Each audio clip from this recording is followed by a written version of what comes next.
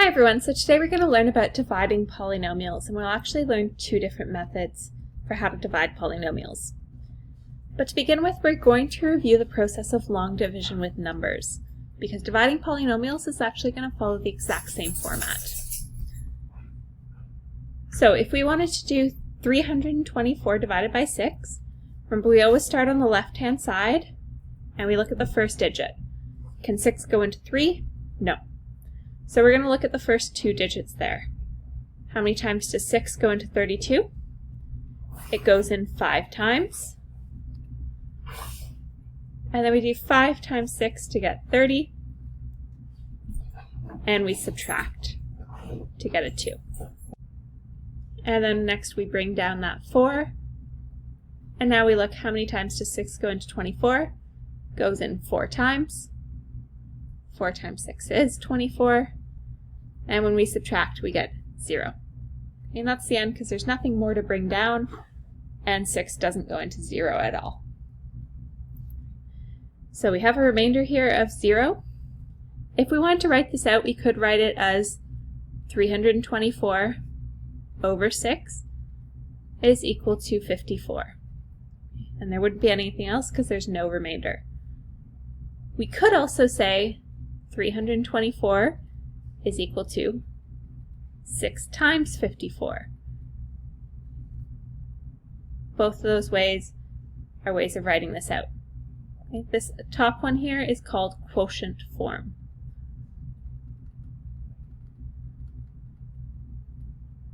And quotient is really just division. Okay, so let's give this a try on the other side here. We have 675 divided by 8. We're going to follow the exact same process. So we're going to look at those first two numbers. How many times does 8 go into 67? It goes in 8 times. 8 times 8 is 64.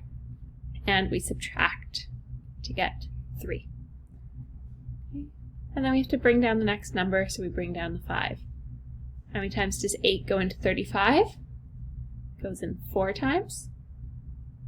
4 times 8 is 32. And we subtract. Okay, there's nothing else to bring down, so this time we do have a remainder, which means that 8 doesn't divide in evenly. Okay, so we can write this in these two ways once again. We can write it as 675 divided by 8. That is equal to 84 wholes, plus the remainder, which is actually a fraction. So to get that remainder as a fraction, we take whatever the remainder is and we put it over the number that we divided by. So it becomes 3 over 8. That's the remainder. That's that fractional part, saying that it doesn't divide in equally. Okay. Or we could also write 675 as 8 times 84 plus the remainder of 3. So before we get into polynomial division, we are just quickly going to review some terminology, because each of these pieces actually has a special name. So the number that we're dividing by is called the divisor. The number that we're dividing is called the dividend. The answer that we get is the quotient. And the number that's left over at the end is called the remainder.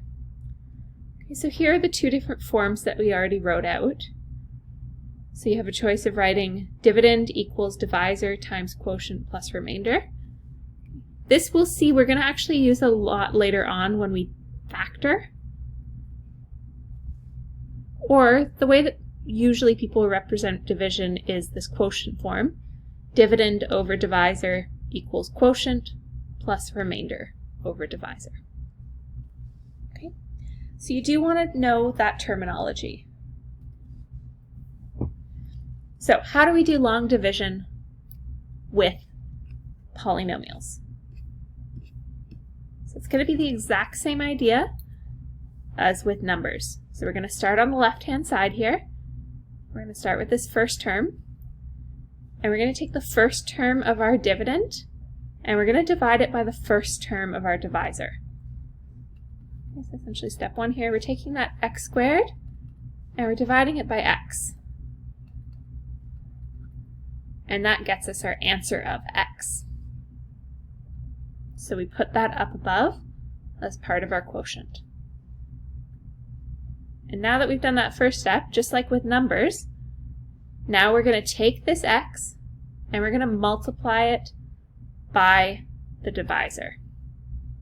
So we're going to take that x and we're going to multiply it by this x plus 10. So that's that second step. And that will get us x squared plus 10x. And that's what we write down below here. X squared plus 10x. And if you remember, the next step that we do after we've written the part down below is we subtract them. So x squared minus x squared goes away. 8x minus 10x, that's negative 2x. And now we're actually done one full iteration. So now we start all over again. We're going to bring down the next number.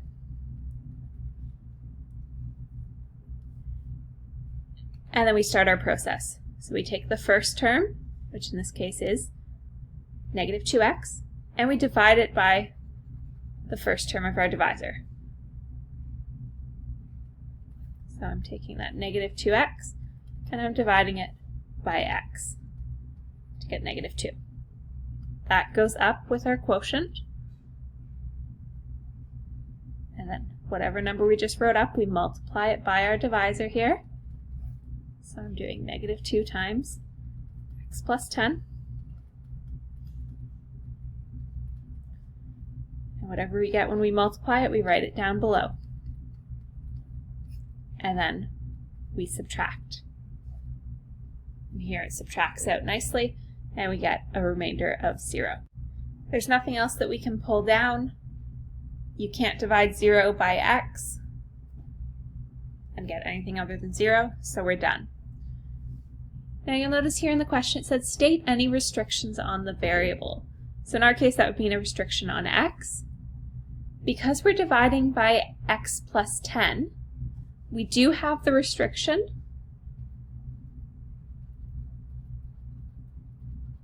that x cannot equal negative 10. Because if x equaled negative 10, then this term would be 0. And we can't have a divisor of 0 because you're not allowed to divide by 0. So if I want to write this out in quotient form,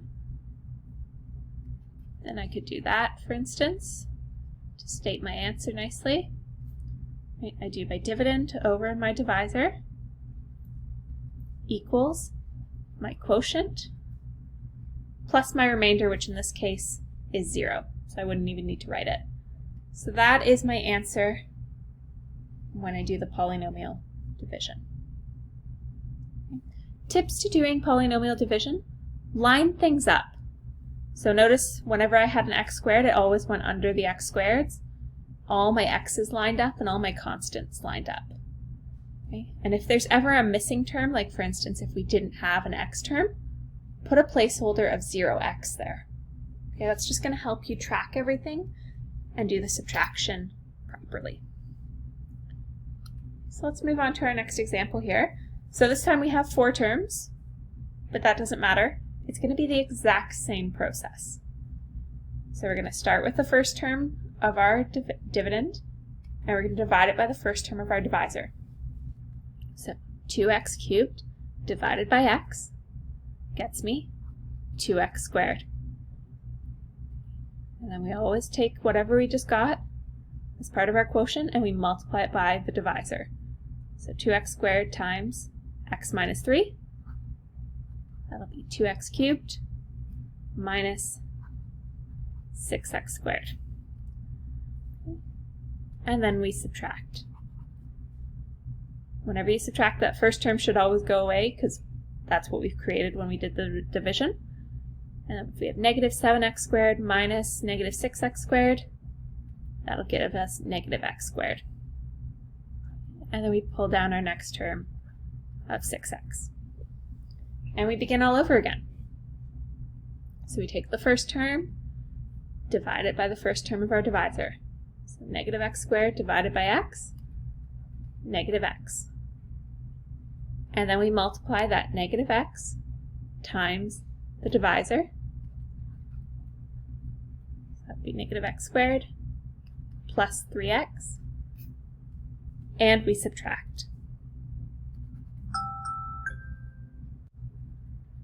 Now we've done that subtraction. We have one more number we can pull down, a negative 4. And we begin the process all over again. So 3x divided by x is 3. 3 times our divisor gets us 3x minus 9. And then we subtract. 3x goes away.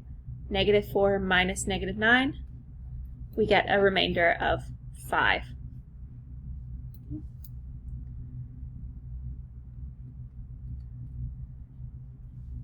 And if we wanted to do our restriction here, we can't divide by 0, so x minus 3 can't equal 0, which means x cannot equal positive 3.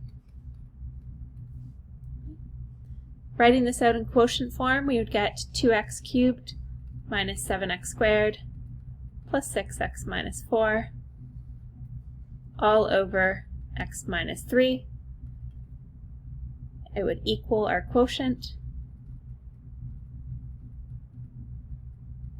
plus our remainder over the divisor, so over x minus 3. Okay, so there it is in quotient form. The other method that you had for writing this out, as I mentioned before, we'll use a lot more when we do factoring. You could have done the dividend squared equals the divisor times the quotient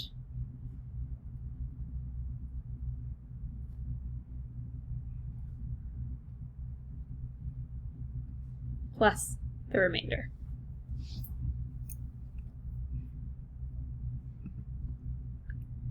Okay, so here's our next one. Notice the terms are in a different order, so you're going to want to make sure that you reorder those terms. So I put all the terms in decreasing power order, and because there wasn't an x cubed term, I wrote in a 0x cubed. So take a minute, pause the video, and give this division a try. So first term of our dividend divided by first term of our divisor would get us an x cubed. X cubed times our divisor got us x to the 4 plus 4x cubed. I subtracted it and then brought down the next term. And then we're going to repeat that process all over again. Same thing again, we took that 4x cubed divided by x. That got us negative 4x squared. Multiplied it by the divisor, and then subtracted them to get 3x squared. And then we do the process all over again. Okay, so this is what you should have gotten as your remainder. You should have gotten 30 as the remainder, and your quotient was x cubed minus 4x squared plus 3x minus 7. So this time we're dividing by 2x minus 1, but we're going to follow the exact same process. So you take the first term of your dividend, divide it by the first term of your divisor. And that will get us x squared. Okay, and then we take the x squared, multiply it by the dividend. Multiply it by the divisor. That gets us 2x cubed minus x squared, and then we subtract. It's negative 4x squared. Bring down the next term. And then we do the exact same process all over again. First term divided by the first term of our divisor. That would get us negative 2x. Multiply.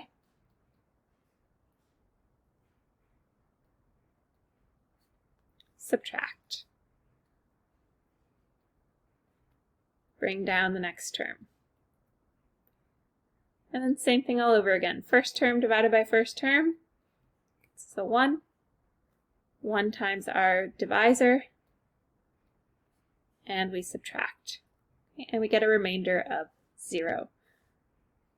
And here we see our answer written out in quotient form with our restriction that it cannot equal a half. The lesson will continue in the next video.